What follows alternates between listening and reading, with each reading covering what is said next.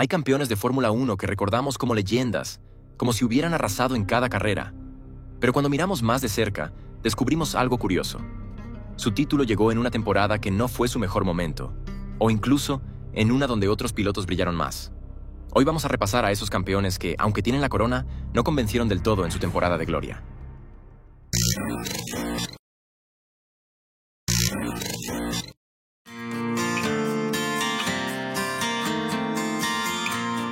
Si hay un título mundial lleno de controversias, ese es el que logró Nelson Piquet en 1981. No solo por cómo lo ganó, sino por los elementos externos que terminaron jugando un papel clave en su consagración. El piloto brasilero es considerado uno de los mejores pilotos de la historia. La consagración del 81 es la menos rimbombante de sus logros. El sistema de suspensión hidroneumática, que usaba el Brabham, y que le permitía al coche bajar su altura en pista para ganar carga aerodinámica, pero subirla en boxes para pasar la revisión técnica. Es considerada una de las prácticas más deshonestas aplicadas en la historia del Gran Circo, confesada por Bernie Ecclestone. Además, lo ocurrido con Carlos Reutemann, donde a lo largo del año, Williams no le brindó el mismo apoyo técnico ni estratégico, y para el final de la temporada, afectando la lucha por el campeonato.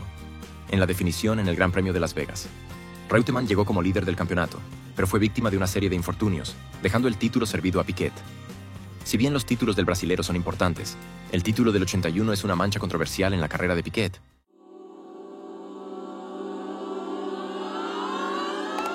John Surtees es una leyenda viva del motorsport. Y no es para menos. Nadie más en la historia ha sido campeón del mundo, tanto en motocicletas como en la Fórmula 1. Ganó 7 títulos en 2 ruedas, y en 1964 alcanzó la cima del automovilismo al coronarse campeón con Ferrari. Pero ese título en F1 no fue tan limpio como parece. De hecho, fue uno de los campeonatos más extraños y polémicos de la década. En ese entonces, el reglamento dictaba que solo contaban los 6 mejores resultados de las 10 carreras disputadas, es decir, el 60% del calendario. Esta curiosa norma terminó favoreciendo directamente a Surtees y fue clave para arrebatarle el título a Graham Hill, quien había sido más regular a lo largo de toda la temporada. Si no se hubiese aplicado esa regla, Hill habría sido campeón, por solo un punto. Y con ello, Surtees no estaría en esta lista. El británico fue rápido, sí, fue valiente, sin duda. Pero incluso los fans e historiadores de la máxima categoría admiten que el título de 1964 no fue el reflejo de una temporada dominante. Fue una combinación de estrategia, circunstancias y un reglamento que hoy sería impensable. Un título histórico, pero con un asterisco que aún genera debate entre los aficionados más puristas.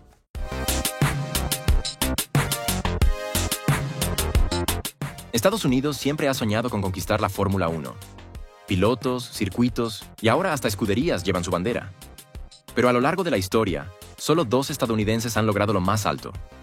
Phil Hill en 1961 y Mario Andretti en 1978. Ambos títulos, sin embargo, llegaron bajo una sombra trágica que todavía duele recordar.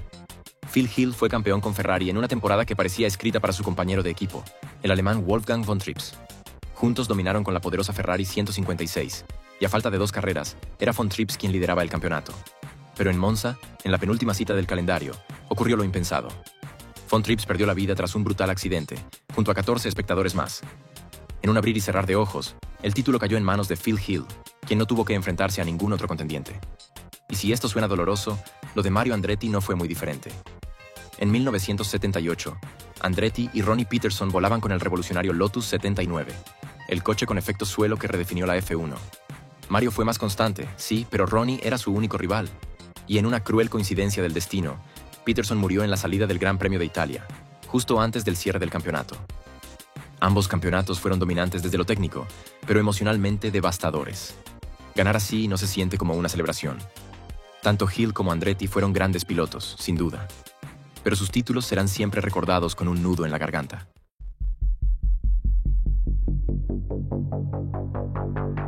Mike Hawthorne fue uno de los grandes caballeros del automovilismo británico. Elegante dentro y fuera del coche, y siempre con su característico moño en la cabeza, fue parte de la era más peligrosa y romántica de la Fórmula 1. En 1958 se convirtió en el primer campeón británico de la historia, pero su título estuvo lejos de ser el más brillante. De hecho, solo ganó una carrera en toda la temporada, mientras que su rival directo, Stirling Moss, ganó 4. ¿Y cómo es posible que alguien con solo una victoria supere al piloto más veloz del año? La respuesta está en el sistema de puntuación de la época y en un par de decisiones deportivas muy cuestionadas. Para empezar, solo contaban los 6 mejores resultados del año, lo que ya limitaba el margen de Moss. Pero además, en el Gran Premio de Portugal, Hawthorne fue inicialmente descalificado por empujar su coche en pista, algo prohibido.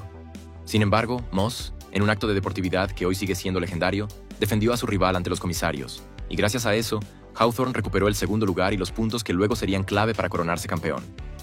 ¿El resultado? Hawthorne ganó el título por un solo punto sobre Moss. Sí, un punto. Y con eso, el piloto más rápido del año se quedó con las manos vacías.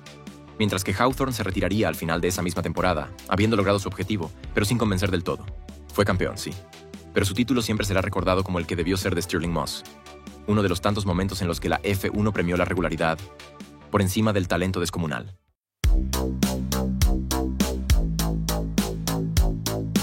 Antes de entrar a ver el primer lugar, vale la pena detenernos en algunos campeones cuya corona, si bien es legítima, no necesariamente representa su mejor versión. Es el caso de Ayrton Senna en 1988, quien ganó el título en una temporada donde Alain Prost sumó más puntos. La regla de los 11 mejores resultados terminó favoreciendo al brasileño, dándole el campeonato en medio de una de las rivalidades más intensas que ha visto la Fórmula 1. Curiosamente, un año después Prost tendría su revancha. El francés se llevó el título en 1989, pero bajo un ambiente envenenado dentro de McLaren y tras la famosa colisión con Senna en Suzuka. El resultado se resolvió tanto en pista como en los despachos, y aunque Prost fue constante y calculador, el campeonato quedó manchado por la controversia. Un título ganado más por sobrevivir al caos que por puro dominio. Si quieres conocer a profundidad esta historia, te invito a ver el video en el comentario fijado. También vale mencionar a Damon Hill en 1996 y Jacques Villeneuve en 1997. Ambos se coronaron con un Williams que era ampliamente superior al resto, lo que deja la sensación de que el coche fue más protagonista que el piloto. Hill aprovechó la ausencia de rivales fuertes, y Villeneuve ganó tras un año irregular, marcado por el polémico final en Jerez, donde Schumacher fue descalificado por su intento fallido de bloquear al canadiense. Lo que marca es que después de sus títulos, Hill y Villeneuve no pudieron volver a destacar entrando en una espiral de decadencia hasta el retiro de cada uno en 1999 y 2006.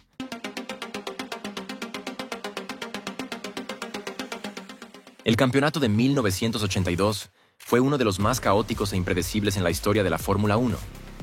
Una temporada marcada por tragedias, accidentes, boicots y una gran paridad entre equipos. En ese año, hasta 11 pilotos diferentes ganaron al menos una carrera, pero ninguno logró dominar con contundencia. En medio de ese escenario tan accidentado, emergió Keke Rosberg como campeón, con apenas una sola victoria en toda la temporada. El finlandés supo aprovechar como nadie la falta de consistencia del resto de la parrilla. Mientras rivales como Didier Pironi, Alain Prost, John Watson y Niki Lauda se repartían triunfos, pero también sufrían abandonos o incluso lesiones, Rosberg sumaba puntos con una regularidad admirable. Su única victoria llegó en Suiza, y gracias a una combinación de podios y constancia, terminó llevándose el título por apenas 5 puntos de diferencia. Pero si bien su logro es innegable, lo cierto es que su corona es vista por muchos como una de las más débiles en cuanto a dominio o impacto. Rosberg ganó el campeonato sin contar con el mejor coche, sin ser el más rápido y sin haber brillado de forma arrolladora en la pista. Su título fue más un reflejo del caos de aquella temporada que de una campaña dominante o inspiradora. Aún así, sería injusto restarle mérito. Keke mostró temple, inteligencia y aprovechó cada oportunidad que tuvo en un año donde muchos otros más talentosos no lograron llegar con vida al final del camino. Y ahora que ya repasamos a estos campeones, te pregunto, ¿crees que alguno de ellos no merece estar en esta lista? ¿O agregarías a otro campeón que tuvo más suerte que dominio? ¿Es justo juzgar a un piloto solo por la temporada en la que ganó? ¿O el simple hecho de ser campeón ya lo pone por encima del resto? Déjamelo saber en los comentarios. Me encanta leerlos y debatir con ustedes. Si te gustó este video, no olvides dejar tu like, suscribirte si aún no lo has hecho y compartir el video para así hacer crecer esta comunidad. Nos vemos en una próxima ocasión, con más historias del mundo motor. Chao, y hasta la próxima.